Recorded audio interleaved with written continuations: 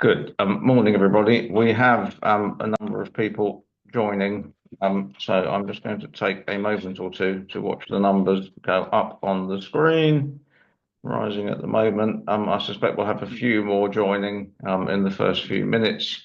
We are expecting somewhere around 45, 50 people, and we're about a third of the way there at the moment. But I'm going to kick off anyway because time is important. We're going to run this between now and 12:15. As the slide is the giveaway, my name's John Fisher. I'm Chief Exec of CHIC.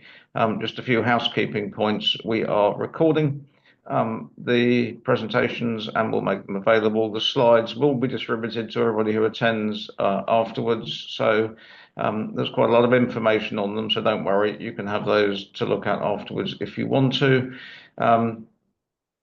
And just by way of background, this is a framework launch for our members. The first time we've done this new framework, we've done it online. We've already done an in-person roundtable session with the new supply chain partners on the framework with some members, but we thought we'd also do an online shorter version for members. So we will be asking for feedback for that at the end of this. So interested to know from those of you who have joined or might yet join how well it worked from your perspective. So enough of that. Agenda, please. Just so you know, the slides are being managed by our one of our colleagues, so we will be asking for slides to move forward to avoid trying to click in and out during the presentation. So colleagues have left their cameras on. You can probably see their photos somewhere on your screen around the slides. So I'm just going to give the overview of CHIC, followed by Luke Hurd, who's our Chief Operating Officer, then Adi, who is our Head of Procurement, Senior Procurement Manager Mike, looking at the details between them of the procurement process and the lot structure of the framework. Then Hannah will talk about how we've specified and priced the framework, or had it priced, and then how you actually use it from a member perspective. Steve will pick up, who is our Director of Member Services. At the end, slide please, Hannah. At the end, we will have hopefully a bit of time for some questions. We've got a few frequently asked questions already from the previous session, which we'll try and cover. But if you have got any questions, please use the Q&A function so we can look at those, drop them in during the presentations, and we will try and answer them at the end. If we run out of time, we will answer them anyway when we circulate the slides thereafter. So colleagues are dropping their cameras off, and you'll hopefully just be able to see whoever is presenting each of the short sessions. Next slide just tells us a little bit about CHIC. We've got member organisations on the call. Some of you are existing members, some are prospective members. So quick overview, CHIC is a consortium owned by its members. It's governed by member representatives. And we provide frameworks and dynamic purchasing system solutions for our members who are principally within the affordable housing sector. And within the team, we've got a lot of asset management knowledge and experience, which informs the procurement that we do and support for our members. Slide, please. Our members, CHIC started 15 years ago with 7 founder members, but it's grown progressively over the intervening period. And you can see from the map that we now represent organisations across the UK, full range, small to large, local authorities, housing associations and others. And Steve will give a bit more information on that later, but it's national coverage, and the framework is very much national coverage, which Mike will tell you a bit later. Next slide, please. The volume of what we do now has grown considerably from 7 founder members to over 250, with over 1,200 supply chain partners.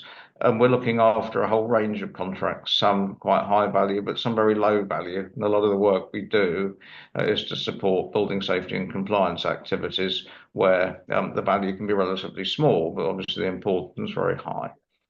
Thank you, Hannah. So frameworks, you'll hear more about these, but we take an approach to frameworks where we have coverage geographically, range of organisation sizes, and they're unranked. So we try and pair through the appropriate process the right member with the right supply chain partner. And because the sector we work in and you work in is so diverse, a range of framework supply chain partners is really important so that we can meet all of our members' needs. And again, you'll hear a little bit more about that in a while. Next slide. You may or may not have heard about government. This is through Cabinet Office report on constructing excellence on gold standard. It's called Constructing the Gold Standard, which has got 24 very demanding recommendations for framework providers, contracting authorities to adhere to. We've recently been through a verification process overseen by Constructing Excellence for one of our recently completed frameworks. And I'm pleased to say we are now verified as a gold standard organisation. So that just means we're working to the highest possible standards in procurement in the public sector. Our services, as on the next slide, show you that we group the services we provide under 8 separate headings. Essentially, these are all things asset management. That includes new build development, it includes consultancy services, it includes legal services, but everything that the housing sector in particular is going to want to use a framework organisation for and have a call-off contract for, we do provide. That sitting under these, we've got a whole series of frameworks and DPS solutions, some of which will work under the different headings. Today, we're talking about our fire and building safety framework, which is under our building safety and compliance banner, essentially. Thank you, Hannah. The structure of CHIC, that's a simplified overview, but as I said earlier, the board is made up principally of member representatives, so they are directors in the company sense. CHIC is a not-for-profit company limited by guarantee, so it has a board of directors, and they are principally member representatives. And then we deliver the service as the team, and the orange bit in the middle, you'll be hearing from colleagues within those teams, which is essentially how we put together and then support frameworks once they're together with the other functions supporting them. So the guys you're meeting today are representatives from the operational team, which is the orange bit on the slide. Thank you, Hannah.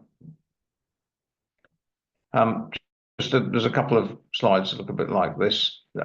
Our purpose as CHIC, our objective, is to be efficient in the way we procure solutions for members, which reduces the cost of shopping, but also where we can, reduces the cost of service delivery. When we started CHIC back in 2010-11, we priced a basket of goods. We separate materials from labour for a lot of what we do, and that basket of goods we have continually repriced on the catalogues, the price catalogues that we manage as an asset management consortium on an annual basis since. And in simple terms, the CHIC price each year is the green bar, and the blue and the orange are the original basket of goods had they been increased by CPI or RPI. And one of our objectives is to save money for our members, and we are proving, tough as that is sometimes, that we can do that year on year. And on the next slide, you will see the sum of our savings as CHIC's got bigger. Each year, we carry out an assessment of the savings we've secured for members, and as well as doing procurement on their behalf professionally and accurately and compliantly, we also want to provide asset management and commercial support and advice, which is part of what CHIC does, but also secure savings, so there's more money to go back into services to tenants, which is effectively our core driver. So hopefully that graph gives a bit of reassurance. We can add some value. Thank you, Hannah. So last slide from me. Social value, really, really important in our sector, and we provide social value in a few ways, directly through CHIC. So every call-off contract, irrespective of size or scale, has a requirement for the service provider to deliver social value outcomes at a value commensurate with the annual value of the contract. So that's in all of our call-off contracts. If you as a member want to add to that, that's fine. We would do that at call-off stage if you want something additional, but we see it as a core requirement. But in addition to that, there is social value delivery within the CHIP team, but also we make an annual contribution to CHIP, which is our aligned charity, which then supports local community projects, supports local employment groups to get people into employment who are distant from the workplace, and so on. So social value is very much core to all of our activities. So that's enough background from me. The next slide should introduce you to Luke, who is our Chief Operating Officer, who will take you through the structure of the framework. So from generalities, me now to specifics with Luke. Thanks, Luke. Thank you, John. Good morning, everybody. Hope you're all doing well. Hannah, could you just jump to the next slide, please? So why did we produce or why have we procured the framework in this sort of way? As John has kind of explained, as a consortia, certainly delivering a consortia delivering it to the sort of gold standard, we're very much aware and spend a lot of our time looking at what is happening within the sector, what reforms are coming up, what acts of parliament are coming through, and as we all very much aware, building safety has come under an awful lot of scrutiny in the housing sector more recently. That just lists a number of the sort of acts and the sort of context behind the legislative requirements that we've tried to build into this framework to support for our members. Hannah, if you can just go to the next slide, please. So to date, CHIC had a number of routes to market to kind of under the fire and building safety sort of agenda, but they were disparate. They were separate frameworks. So the orange ones, as detailed on there, from active fire through to building works, consultancy, compliance audit, etc. They were all individual frameworks that we had in place. Whilst they all supported the sort of fire and building safety agenda, it could become quite complicated for both our members and our supply chain to try to navigate through those disparate frameworks. They all had various different end dates, so call-off contracts were sort of disparate in sense of how they could be delivered. And what we really wanted to do was pull all of these services together under a sort of single route to market to enable our members to navigate through it much more simply. Next slide, please, Anna. So what have we produced? We've produced the sort of fire and building safety framework. It's got 3 core lots as detailed there. Installation and replacement with a number of sub work streams, which I won't go through all individual ones because one of my colleagues will be doing the detail. Servicing and maintaining, and then consultancy and management. The consultancy and management also include the audit services. So what we've really tried to do is take the sort of golden thread of building safety all the way through from the initial sort of installation and looking at what services you need providing within your properties, through to the sort of maintaining of those services over the life of sort of contracts and the building, and then also looking at the consultancy. Key for me when we were structuring this was also to be looking at sort of waking watch consultancy, and I'm really pleased that we've been able to include that as part of this service. What I am now going to do is kind of hand over to Addy, who will go through the detail behind the sort of procurement process and what we've done in a lot more detail for you. Good morning, everyone. I will be talking through the process followed to establish the fire and building safety framework. I'm thinking that majority of us on this webinar this morning may be familiar with the procurement process. As a consortium, we believe that the success of any framework agreement is hinged on quality input from our stakeholders, both customers and suppliers, for the development of clear strategy that will influence the end-to-end procurement process. As such, we had various conversations at the planning stage, for input into the relevant specification requirement for this framework. So you can see that the stage one of the procurement journey was stakeholder engagement, because we want to make sure that the framework is fit for purpose, can serve the requirement. It's not going to be 100% perfect, but at least the majority of our members will have input, and it will reflect what the market can deliver on. And which flows nicely onto the stage 2 of the procurement strategy. It informed the strategy that we were going to follow, how we're going to deliver the tender documentation and preparation. So all the hard work, so we went through all those process, and the tender was published in August 2024. The ITT was launched on our e-sourcing portal. Is an intuitive portal, and several suppliers, over 100 of them, express interest, and 104 or 108 actually ended up submitting tenders at the end of the procurement process. So as you can see, based on the 2 arrows, we are at the stage 4, tail end of the stage 4, and the final stage of stage 5 of the procurement process. As I said before, 108 suppliers submitted. We went through rigorous review of the tender submission, moderation, the evaluation of pricing, and the clarification, bearing in mind that there may be suppliers that would bid across multiple lots. So it was an heavy one for us in check. But now we are at the stage where we can continue to manage the procurement process.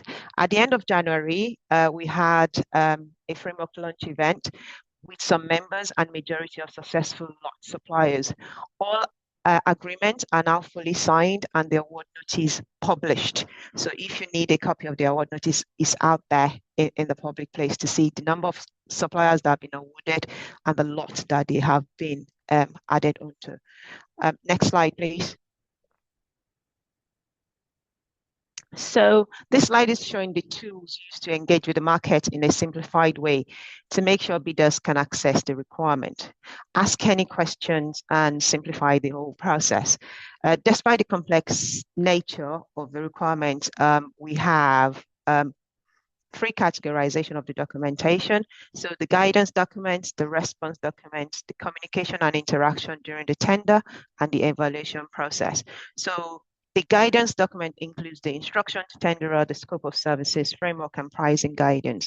And suppliers interacted through clarifications to ask questions of anything that is unclear, and making sure at the end of the whole process, they are able to return all the response document. And as you can see, the list of the response documents, the outcome was concluded in January, and the board approved the suppliers that have been accepted to progress onto the framework agreement. Next slide, please. So the evaluation is based on the most advantageous tender in terms of quality and price. So quality is important, is fire safety, is building fire safety, is quality is really, really important. I'm not saying that price isn't important, but from the point of view of the market and the engagement that we had, we felt that quality is the most important. And considering the nature, the direction of the sector, we know that social value is important to our customers, and social value is very important to the sector. This social value question is not just for the social value element alone. It also includes environmental requirement, and that constitutes 10% of the total 60%. So 50% technical question and 10% social value. The price element has got element of pricing, and is further split based on our understanding of the market, as you can see. Labor rates across all the lots have a weight of 10%, while the NHF adjustment and the schedule of rates are split as per the slide. Next slide, please.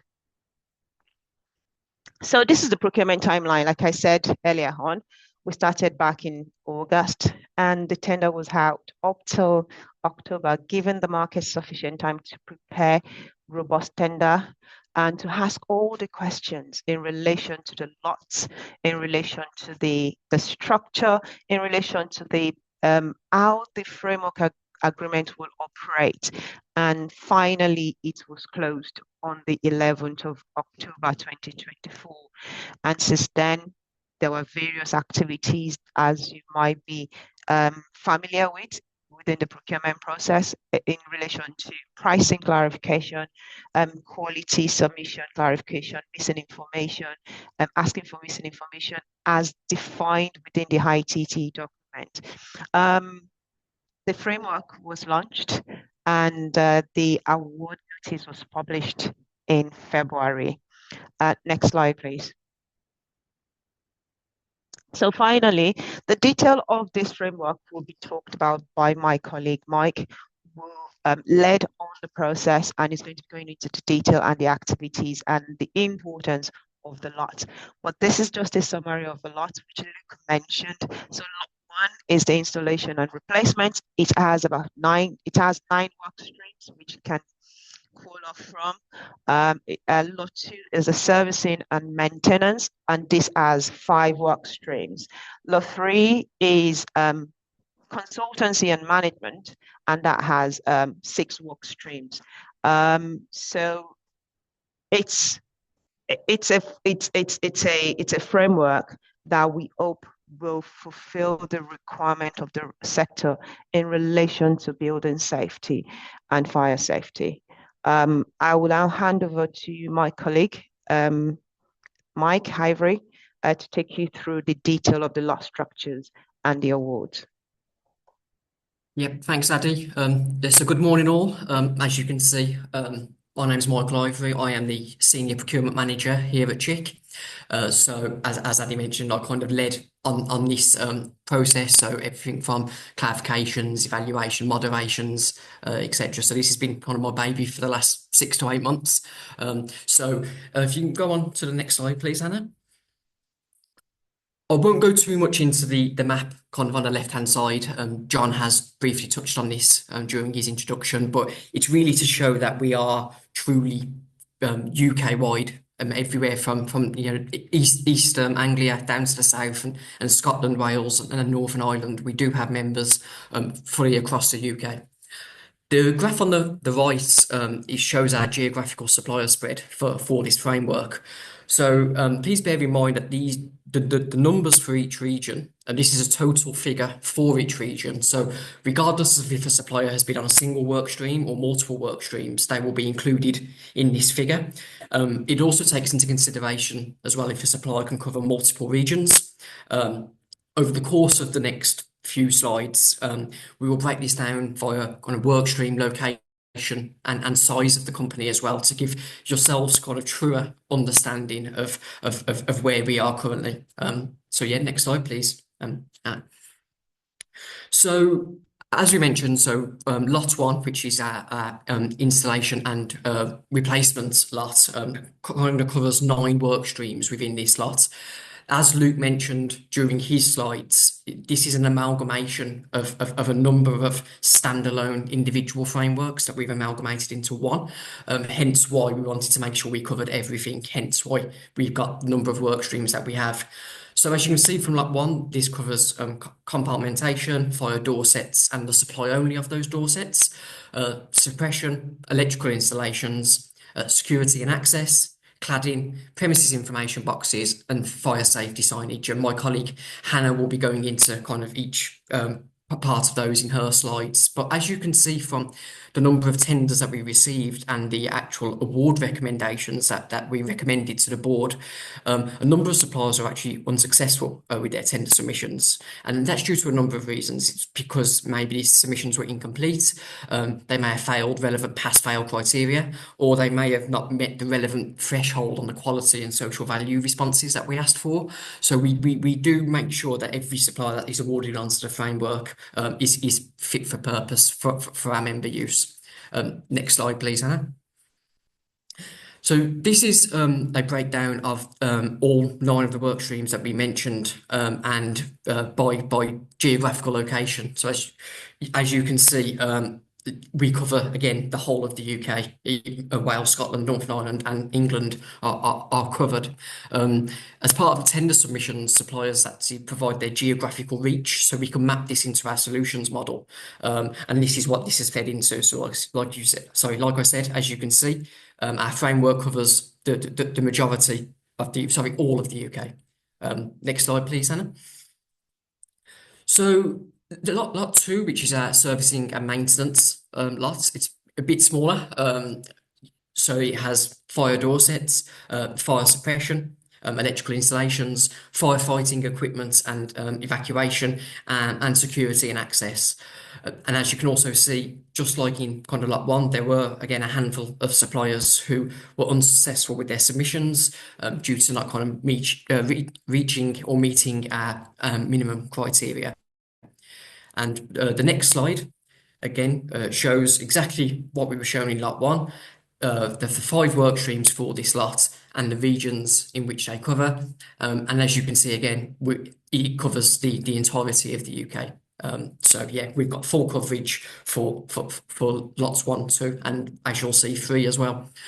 And this is our lot 3 again, so 6 work streams under this lot, and this is our consultancy and management lot.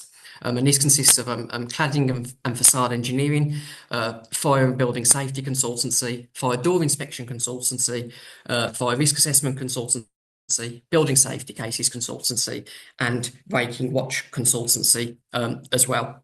And again, just like in previous lots, you can see that there was a couple of suppliers that were kind of unsuccessful with our recommendations.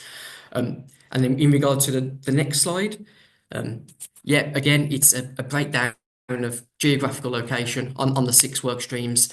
And again, as you can see, this lot, depending on what work stream you go for, it covers the whole of the UK, regardless of what work stream you want to go for under this lot. So it is a truly UK-wide framework. Next slide, please, Anne. I wanted to provide this slide because I wanted to provide some information on the size of the successful suppliers that have been awarded onto the framework. So within this framework, we have a good range of supplier sizes ranging from kind of large companies to quite a good high number of SMEs. And hopefully this gives our members kind of reassurance that all required projects, regardless of size, can be met through this framework, from large-scale, high-value CapEx projects, all the way to day-to-day maintenance of firefighting equipment, for example. Everything can be met. Next slide, please. So yeah, just going into kind of framework use. So there is no direct cost for our CHIC members to use. The members will pay the rates that were set by the suppliers, and that's whether it's the price submitted as part of the framework that we've gone through, or if we go through a further competition, a mini competition, the competitive pricing submitted through that competition. And the suppliers themselves, they will pay a small percentage of their prices as agreed within the framework as kind of a management fee to ourselves. Next slide, please. So kind of how does the framework work? So first of all, it's non-exclusive. So if you're using existing suppliers, this can be used alongside those suppliers. As per our ITC documentation, the economic operators, so the suppliers qualifying for the lots, will then be selected by either a mini competition, which we've just discussed, a further competition, or a direct award, which will be spoken about later on in the presentation. But it's just worth noting here that all works, regardless of the route the member wishes to take, will be procured through CHIC, and any mini competition will be going through our e-sourcing portal. And just like that, I'd like to hand over to Hannah Elliott, who's our technical manager, who will be covering lot coverage and pricing arrangements. Thank you, Mike. Morning, everyone. I'm Hannah. I'm the technical manager here at CHIC, and I'm responsible for the specification of technical standards and the delivery requirements for our frameworks. I work with our commercial team to ensure that contract and pricing documents and technical documents all work together in the specifications and the tenders that we put together.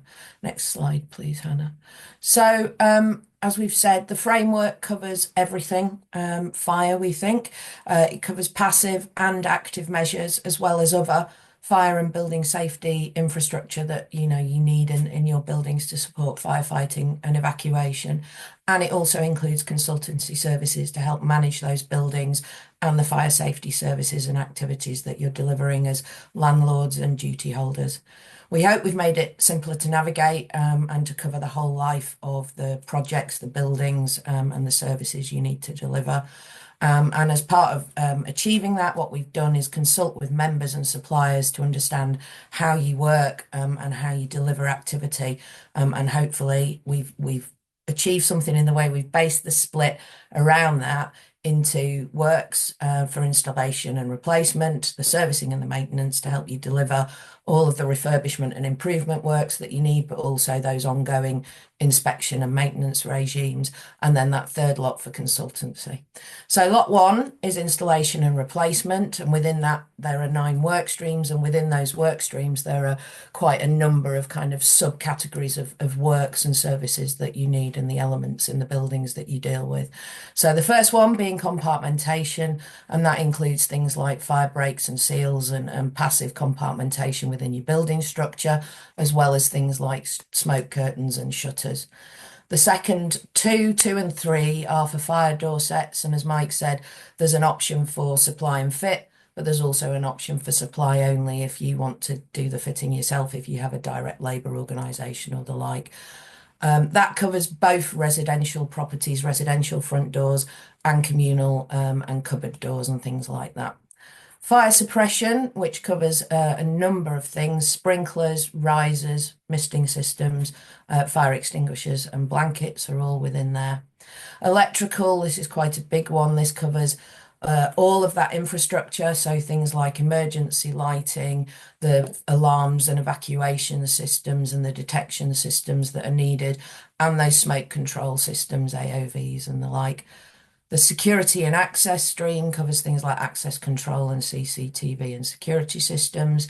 Cladding, which covers not just the removal and refitting of cladding or changing the sort of cladding on the building, but it also includes those fire risk appraisals of external walls and EWS1 forms.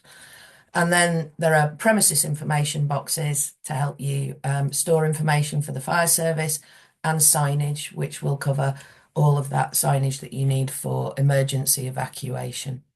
Next slide, please, Hannah. So lot 1 has been priced, so there are a number of ways of pricing lot 1. We have used schedules of rates in the main, so there are individual rate items for a number of different options that you might need within each of those work streams. Some of them are done on project value, so things like cladding, where we aren't necessarily sure what you might want to specify. We've put those in as contract values and percentages, and then we always include for those NHF adjustments and day work rates within all of the pricing that we do. Next slide, please, Hannah. Lot 2 for servicing and maintenance, so similar coverage to lot 1. And this covers, again, all those kind of passive and active elements, so your fire doors, those suppression systems and the electrical systems that are in place, your firefighting and evacuation, so things like the smoke curtains, and your security and access systems. Next slide, please. These have largely been priced based on annual costs, so costs per property for different sort of property archetypes and sizes of buildings or installations, dependent on what the different elements of work are. They also include schedule of rate items, so that if you need to do any minor repairs through a service visit, or there are other things that come up, you have some options around how you might get the costing for those. And again, those NHF adjustments and day work rates are all in there too. Next slide, please. So the consultancy lot has 6 main work streams: cladding and facade engineering. So that includes those fire risk appraisals again, and EWS1 forms, and the design work that you might need if you were recladding a building. The fire and building safety consultancy lot covers a multitude of things. So it includes all of the things that you might need for kind of auditing and quality assurance, things like fire safety management plan production, fire safety management system audits and inspections that you might do, development of those strategies for buildings. EWS1's covered in there too. It covers things like person-centered fire risk assessments and building control advice and representation on high-risk buildings. Fire door inspections is what you'd think it would be. Fire risk assessments covers all 4 types of fire risk assessment that you might need. Building safety cases is there to help develop those building safety cases and provide that range of services that go with that. So all the surveys that you might need and investigations that you might need, as well as developing building safety case documentation and helping you put systems in place to maintain those. And then the Waking Watch, so providing that support for you, active support in buildings where you need additional support around evacuation. Next slide, please, Hannah. And the consultancy lot has been priced in a number of ways. So there are activity costs. So for things like Waking Watch, there'll be costs around activity and hourly rates. For fire risk assessments and other things, you'll have per property rates. For the auditing, there tend to be activity costs. And then again, a bit like the cladding, there are percentage costs for things where you might have a project cost and you need a percentage fee from that consultant. And that is all from me. I will hand over to Steve Sharman, who is our Director of Member Services. Thank you. Brilliant. Thank you, Hannah. Good morning, everyone. Next slide, please, Hannah. So basically, I think we've covered this previously in terms of the frameworks that we used to cover various aspects of building safety and fire safety works for the last kind of 4 or 5 years across various frameworks and DPS. But just to put some figures on that, we've had over 60 members using those routes to market and 95 current fire or building safety contracts. We would have had more than that because we would have had some contracts that have already expired and run their course for one-off projects or just naturally come to the end. So we've had probably well over 100 contracts through that kind of work stream. Next slide, please, Hannah. So what we'll touch on now is the 2 kind of routes for awarding contracts through the framework. Mini competition is the first one, mini tender, further competition. It gets called quite a few things. We call it mini competition. So basically what we do here is we can run an expression of interest for members to gauge interest. They may need to gauge interest to then put into a paper for their exec or directors to seek kind of permission to use a desired route to market. We'll do that for members, and then we'll provide a service where we can provide support, technical, commercial support, preparing documentation. Our procurement team are on hand as well to work with our members on documents. So basically, we put a project team together to work alongside member representatives to shape the tender as they need it to be. Not all members need that service, so it's a kind of a pick and choose your elements. So you can have as much or as little support as possible. If you do your own documentation, we will still look to review those before they go out to tender. And then, what we will then do is run the process through our tender portal, managing all the tender queries, putting those through to a key contact within the member to respond. We then obviously post them so it's all transparent with the supply chain. Benefits of using a mini-com is giving you kind of ability to test value for money and really procure something that's bespoke to you or as a member. Obviously, we have framework specifications and pricing models, but if you need something slightly different, that's the benefit of mini competition. So at the back end, our team will be able to support on evaluation, generally the commercial evaluation, while we always look for a member to undertake the quality evaluation. At the end of the day, it's the client who's receiving the service, so they need to be responsible and evaluate those quality responses based on, you know, their requirement. And then we'll put a full-blown kind of tender report together at the back end for the member. It takes you all the way through the process, financial checks on potential successful bidders, anything that we want to highlight, and we'll progress through to you know, to contract award. And we can turn things around within 6 to 8 weeks. That comes with a caveat that it relies on members fulfilling their part of the process or elements of the process within the timescales that we set. Obviously, there'll be creepage if those aren't fulfilled. We will always endeavour to fulfil our elements within the timescales we set for reviewing documents and various things. But we present a timeline, provisional timeline to members at the front end and get agreement on that. So we can always, you know, push it out and pull it in depending on time requirements, etc. Next slide, please, Hannah. Direct awards. So these are more beneficial where members, perhaps they know who they want to use off a framework. They have an incumbent who they want continuation of service, for example, or you've already engaged with the marketplace as a member. You've spoken to contractors out there. You've made your decision. You need a route to market for this. Or it may be that you don't have time to run a full-blown mini competition process, so you need to direct award for expediency. We will be able to kind of help you navigate the options on the framework, filter down available contractors, facilitate kind of exploratory meetings with suppliers to make sure they can deliver a service for you that you're looking for, and then you'll arrive at a decision to award. And that's backed up by a robust business case, and we'll look at the reasons and the criteria behind that in a second. But that can be turned around within a couple of weeks.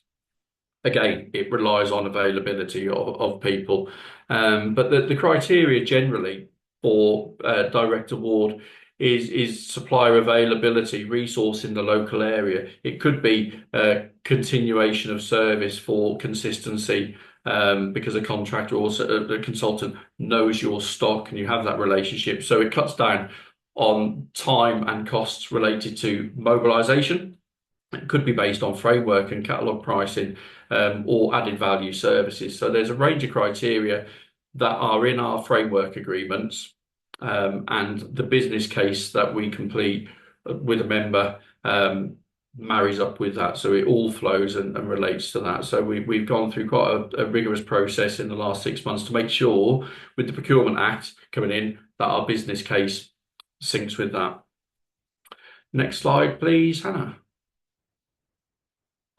So this basically shows you in graphical form that opportunities and direct awards can come from kind of both sides, really. They can come from supply chain partners who have been out there engaging with potential clients, and they're asked, you know, which frameworks are you on? Which framework would you suggest we look to use? And they bring it to us, and then we put, you know, processes in place and kind of facilitate direct awards. Or it may be that the supplier just makes the introduction, but as a member, you still want to run a mini comp and test the market if you're being kind of directed to by your board and exec, which is absolutely fine. Obviously, opportunities and requirements come through from members on a daily basis through various avenues, and we'll work with the member, identify that, you know, the project need. We'll make sure that the procurement process, whether it's mini comp or direct award, is compliant.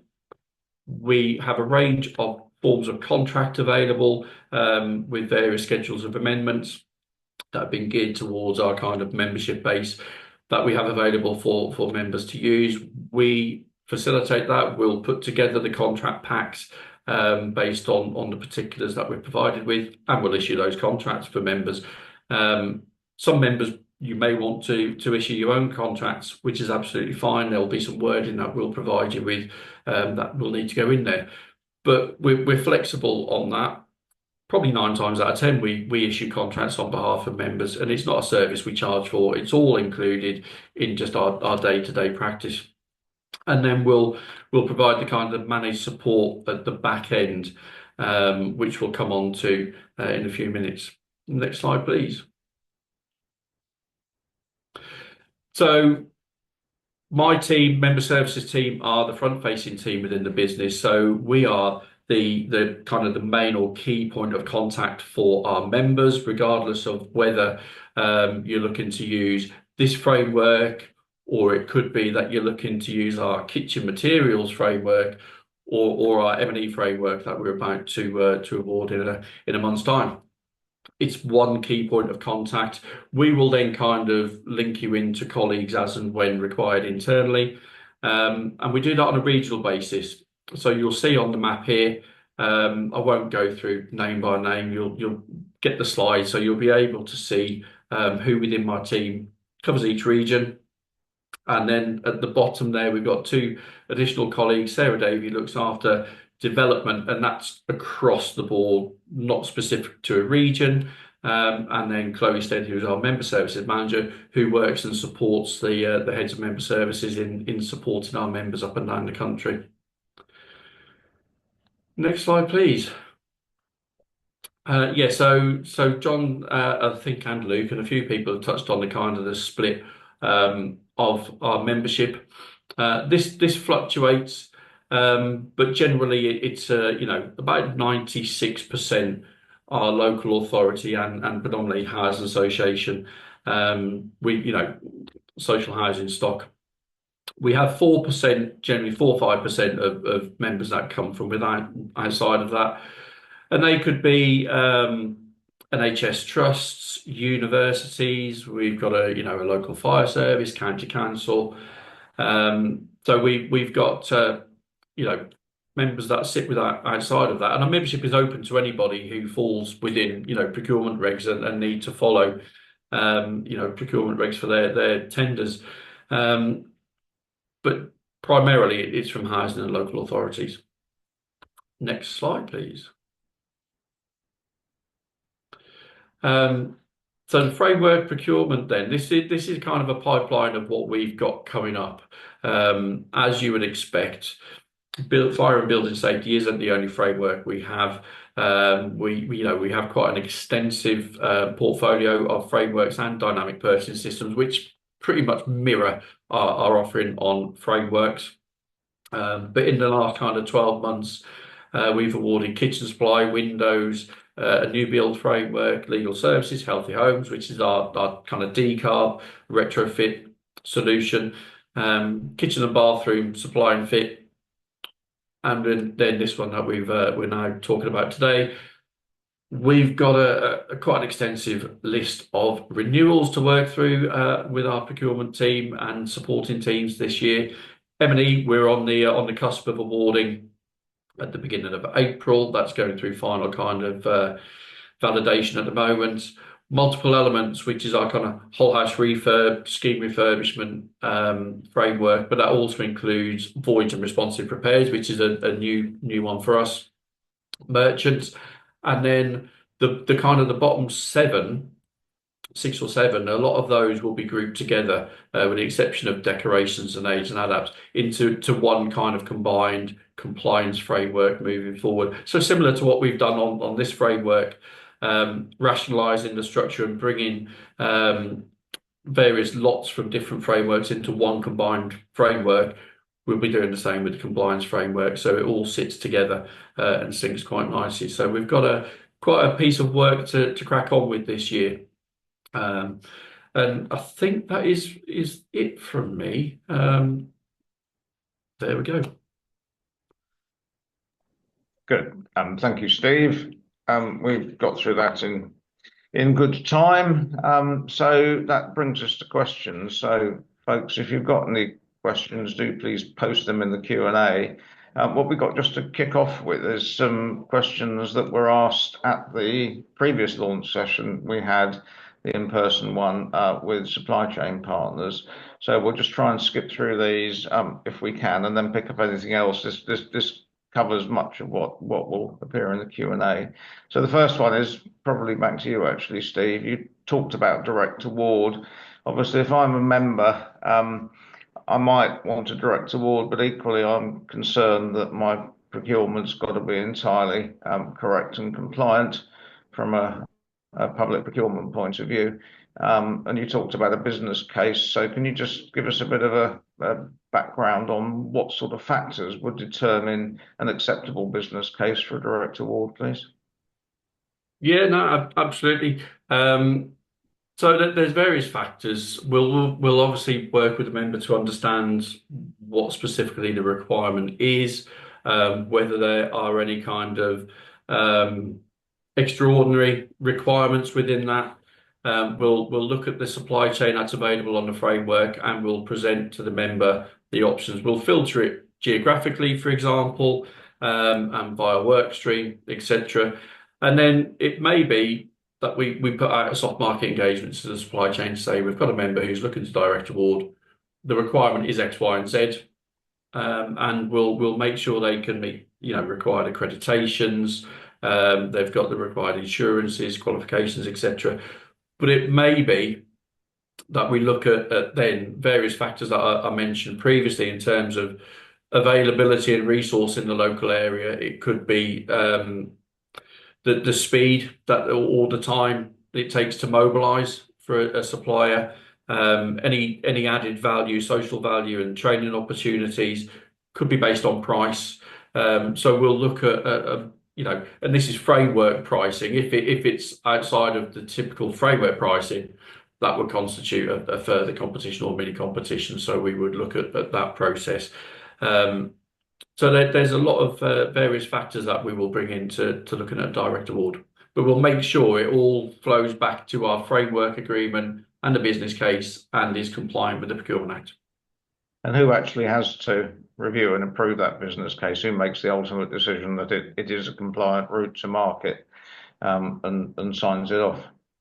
So we will work with the member on producing the kind of the business case. It then goes through to our Director of Strategic Services, who sits outside of kind of member engagement, and he will review what's in there and make sure it all tallies and ties up, and there's nothing missing from that. If we need to, we'll go back to the member, ask for additional information, but generally at that point, we'll send it through. Okay, good, thanks. Okay, next one is about how performance reporting and benchmarking work. Clearly, we've got a lot of supply chain organisations on the different work streams. We're working across very varied geographical areas with very different types of housing stock potentially. So how does performance reporting work, and how are we going to be benchmarking the outcomes from this? So this sounds like one for our Chief Operating Officer, I think. Luke? Thanks, John. Yeah, interesting one, this one. Obviously, this framework has been procured under PCR 2015, so it doesn't come under the new Procurement Act, and a lot of the now new requirements, certainly for contracts over £5 million with mandatory KPIs. However, what we are going to be doing is working with the supply chain through a series of roundtables to get their feedback with members on how we want to manage performance through the framework. Now, that could be a sort of framework KPIs. It could also be a call off contract KPIs, and how we're going to collate that information and report on it.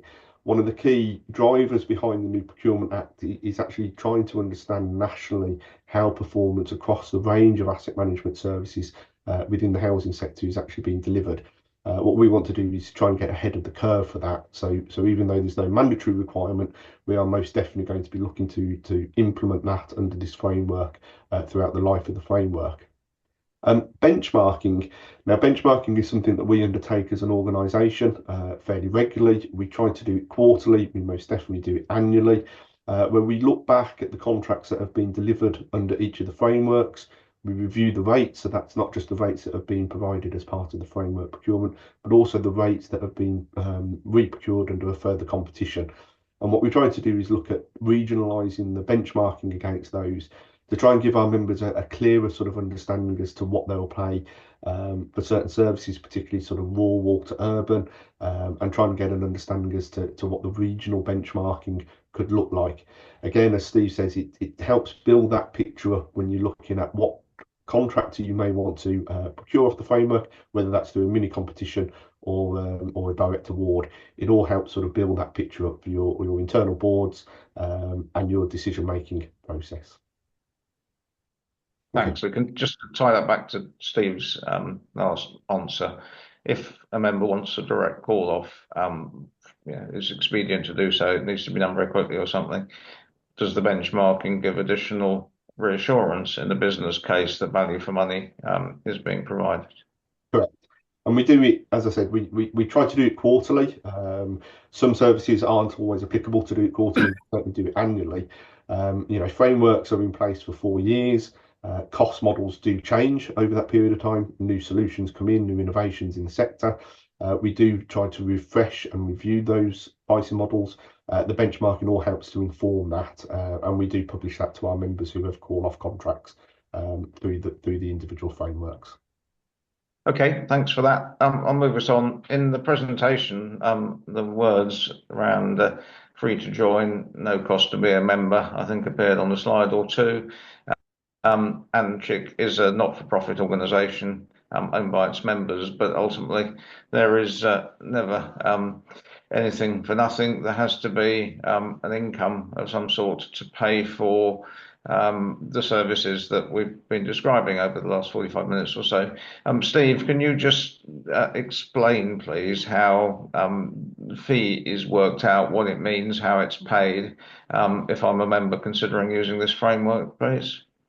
Yeah, no, absolutely. So how it's paid is pretty common methodology, as with a lot of framework providers. So ultimately, it's built into the supply chain pricing model.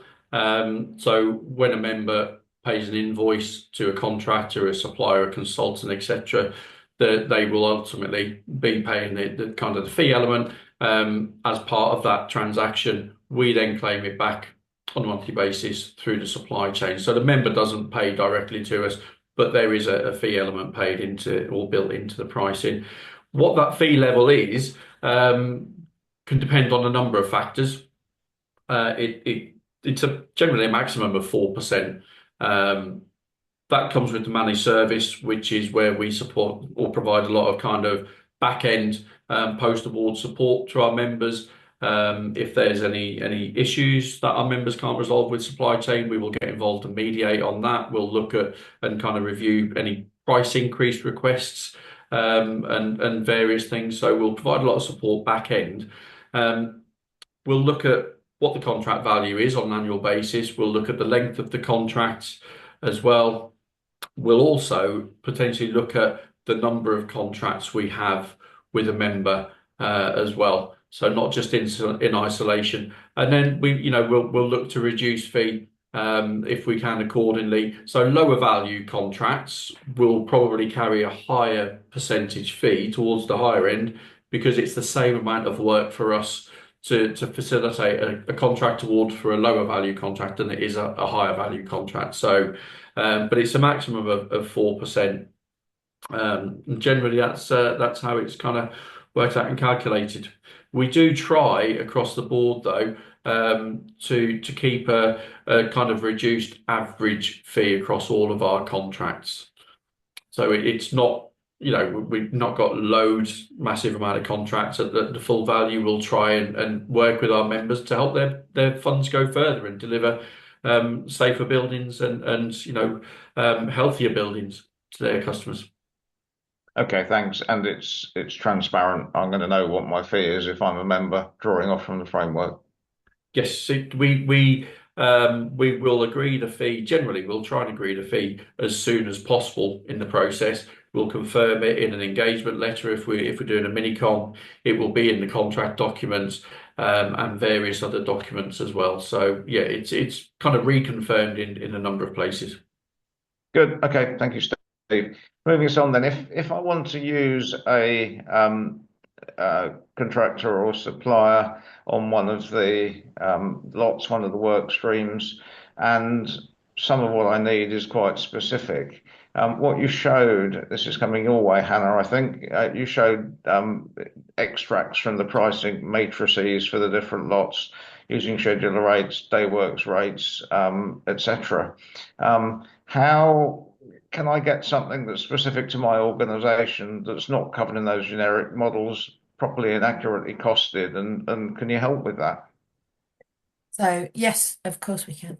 So at mini competition stage, we obviously work with members to help develop those schedules of rates. So we work alongside them to develop any requirements and specifications and any additional schedules of rates or costings that might be needed.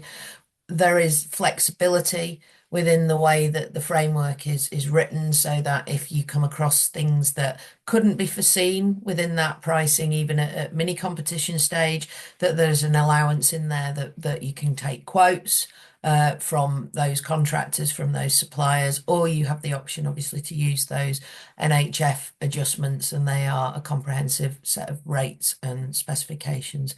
So at mini competition stage, we develop that pricing model into really whatever it needs to be to suit the member.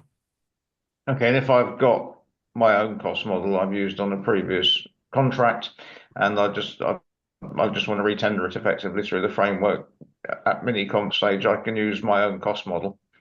Yes. As long as the scope's right. Yes. Okay. Yes. And we will work to make sure that that document, sits within the suite of tender documents. We will help in terms of anything that needs to be done in terms of adding the fee to that, the CHIC fee to that, so that everything is there and it's all transparent. Okay, but if it's a direct call off, then we've got to be able to tie it back to tendered framework rates to make sure it's offering value for money. Is that correct? Yes. Okay, thank you. Next question is about the importance in this framework of the area we're working in. So fire safety, building safety, where having the right experience and accreditations and qualifications is desperately important. And we've covered a lot of ground already. We've seen the size and scope of the framework, the individual lots and work streams. So how can I be confident that if I'm looking at awarding a contract in whatever way in a particular work stream, that the organisations in that work stream have the necessary experience and accreditations? That means the heavy lifting is being done and that they're up to date essentially. So Mike, you said I think you spent the last 8 months of your life managing the procurement process. So how can you give members confidence around that? Yeah, of course. So when the tender deadline closed and we had the tender submissions, myself and quite a few of the team as well spent a number of weeks actually doing our completeness and compliance checks, which we do with all of our frameworks and all of our mini competitions.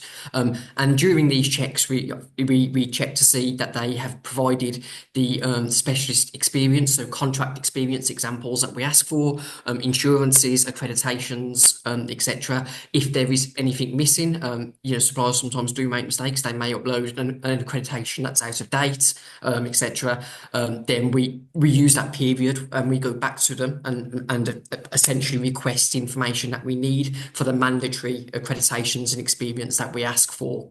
Where there is accreditations that maybe aren't, but that we decided that weren't mandatory, then we still ask those questions as part of our e-sourcing questionnaire that we ask.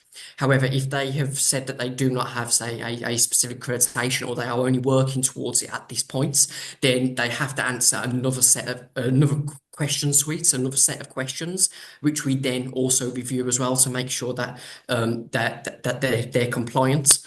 What we would say is that if a member is adamant that they want a specific accreditation to be mandatory, that we can do so at kind of call-off stage, and so that they can be rest assured that if they want that to be mandatory, we can make it so. But we just didn't want it to be too punitive to some SMEs when it came to making some accreditations mandatory.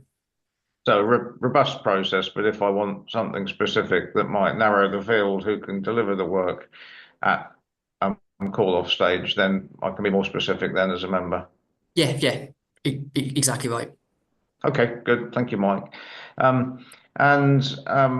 You've shown from the slides, your slides, Mike, that there is a lot of organisations, but that breaks down between work stream and geography. But there's still, multiple organisations who potentially can deliver work that I might want as a member of a particular type in a particular area.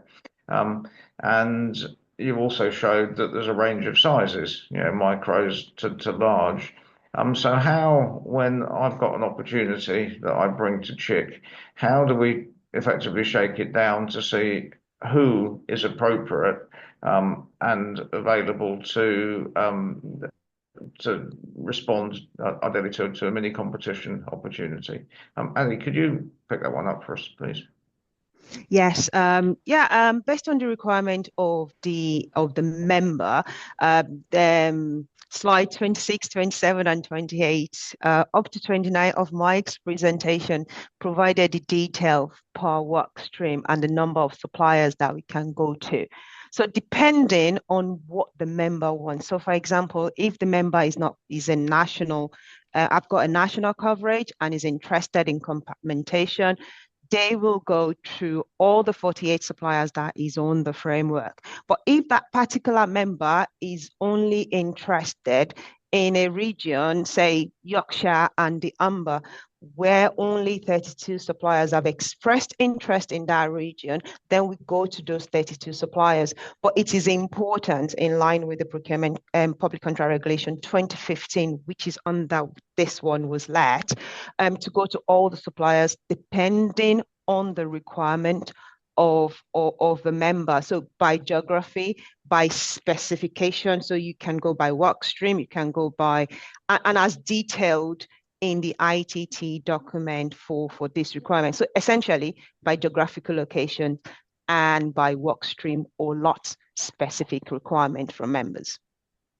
Good, thank you. So essentially there's an expression of interest for those who are on the framework for the appropriate type of work in the appropriate area, but it might filter down a bit more based upon size and scale of opportunity and so on. Yeah. If the member decides to go through the expression of interest stage, they can. If they think, okay, we're not interested in going through the expression of interest stage and we just want to go through all the suppliers to deliver because they haven't got the time to go through the expression of interest stage, then they can. But it's from experience, it will make sense to go through the expression of interest stage to reduce the number of suppliers that will go to the ITT, to the invitation to tender stage, that will have the tender document essentially. Good, thank you. So I'm going to pose one last question, which is there's an awful lot of organisations or supply chain partners, and we've seen the comprehensive breakdown of that geographically and by work type. But clearly they've put a lot of time and effort into getting to this stage. We as CHIC and our members have put a lot of time and effort in. So it's just how do we expect the pipeline to work that gives those members, gives those supply chain partners a reasonable chance of opportunity of work. Luke, do you want to pick this up? Yeah, thanks, John. Always a very difficult one, certainly for a consortium. As Steve mentioned in his slides, we currently have over 95 contracts under building safety and fire that are trading through our current or pre-existing routes to market on this one. What that does do is it does give us an outlining of a sort of potential future order book. However, what we do require, or we do want to work, is with our members to actually understand what your future requirements are. The more information that you can sort of provide to us as to what your future asset management plans, you may now be in the throes of doing 30-year asset management plans. Trying to understand what that looks like, what that feels like, gives us the opportunity then to discuss with the market what could be coming up, how to get better value out of what is coming through, giving the supply chain greater visibility of a future order book and pipeline, but also allows us then to negotiate and talk to the suppliers about actually how we bring innovation, how we bring added value to that future supply chain or that future marketplace through to it. So Whilst as a consortium, we always and will do and always have endeavoured to develop a pipeline across all of our frameworks, we really do rely on our members supporting us in being able to display or present to us what their future aspirations are in terms of their investment strategies, what they're going to be looking at in terms of their building safety, and when that is likely to come to market, so that actually we can engage the market in a much more robust and strategic way on their behalf.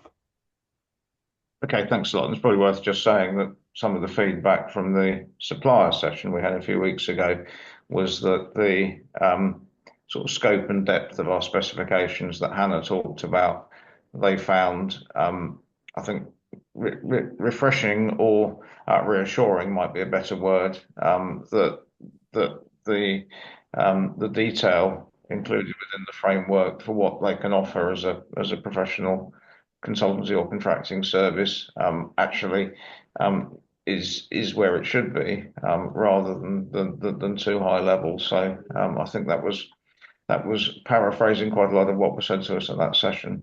So I don't think we have any more questions. That brings us nudging to the end. So could I have the next slide, please, Hannah? Thank you. So just before we finish, for those of you who are members, you'll probably know about this. Those who aren't, then you're very welcome to join us at the CHIC Conference and Exhibition. This is an annual event. It's held at the International Conference Centre in Telford, and we bring a lot of our stakeholders together. There's as the slide says, there's an exhibition. Normally, I think we've got 60 exhibitors, but there's a number of really interesting presentations, interviews, roundtable discussions, plenary sessions, and so on. So have a look on the website, but please sign up and join us. And for those who want to, after that day, there's also a charity dinner and awards session for our aligned charity for CHIP. So we'd love to see anybody who can join us there for some or all of the day and evening. Next slide, please, Hannah. So it just is with me to say thank you, first of all, to stakeholders in CHIC for attending. We've lost a few, as is the way, during the Q&A towards the end, but thank you for those of you who stayed the course. Thank you to colleagues for presenting. We will distribute the slides and we will send a feedback form. So we welcome your feedback. This is the first time we've done a framework launch in this way for members. So we'd love to hear your thoughts about what works and perhaps what doesn't. If you've got other questions or want to pursue opportunities under the framework, if you know who your head of member services is, please contact them. If not, go to Chloe. Her details are on the slide and will be there when we circulate them, and she will effectively triage your inquiry and make sure it goes to the appropriate person in a timely and efficient way. But with no further ado, thank you very much, everybody, for your time. Do appreciate it. And we hope to see you, if not before, on the 21st of May in Telford. Thank you.